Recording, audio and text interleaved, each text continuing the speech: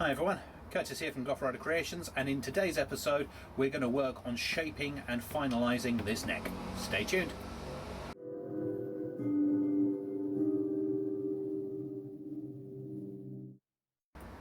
So here we are again, sorting out continuity for the big pile of footage that I've got from the GGBO Mad Rush.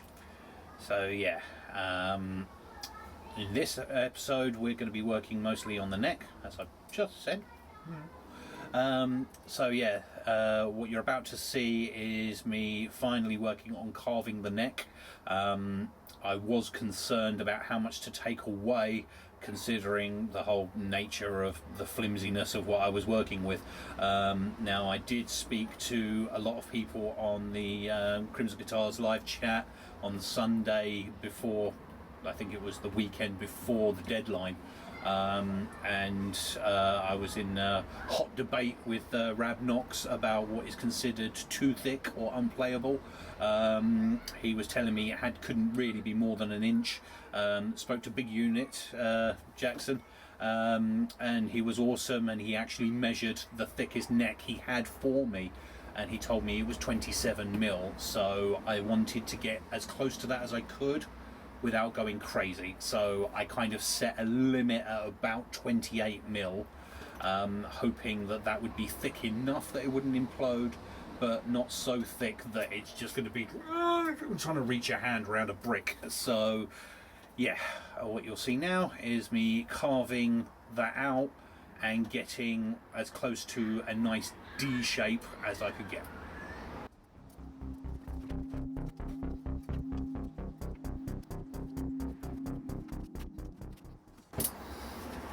Yes, this could go very badly.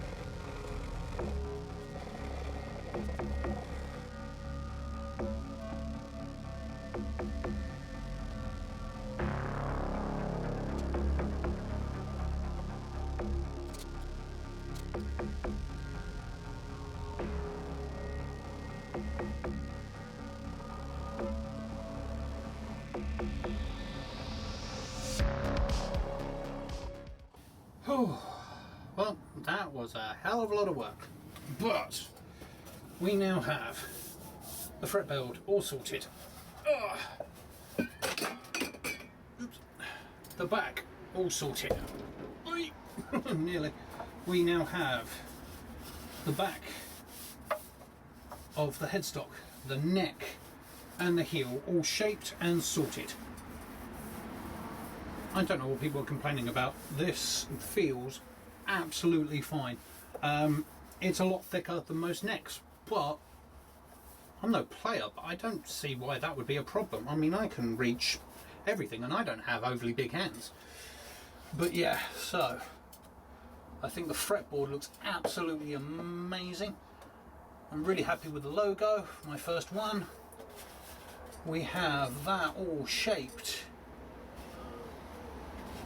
The neck, you could call it a deep C, you could call it an unusual D, you could call it whatever you like. And then we've got my interpretation of a volute. I've got no idea if that's what it's meant to look like, but I don't have gouges, so Dremel and a bit of sanding will do. So, other than sanding, a lot of sanding, that is the major work done on this guitar. So, next episode we will get it fretted, we will get the fret cleanup, leveling, polishing, fret ends, all that kind of stuff done. Hopefully we can start sketching out the basics of the scratch plate, and then once I know that is as it needs to be, then we can start looking at getting some finish on this thing. That was a lot of work. But yeah, thankfully the Balsa's quite nice to work, and where I've had all the different layers of wood, it actually allowed me natural lines to follow for the shaping. So I only went one cut, second cut, and that was it. I've left about a centimetre strip that is still basically parallel at the back, because I didn't want to get too close to truss rods or anything. In fact, let's see what we're looking at here, because I'm sure people are going to ask. Ooh. And before the next episode, I'm going to tidy up because this is a mess.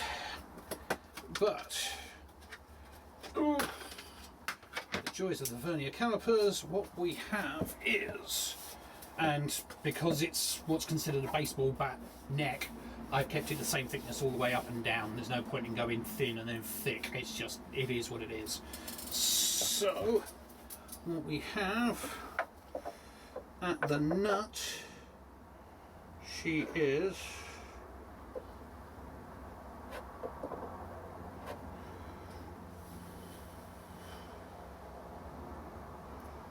28mm thick, and at the 12th fret she is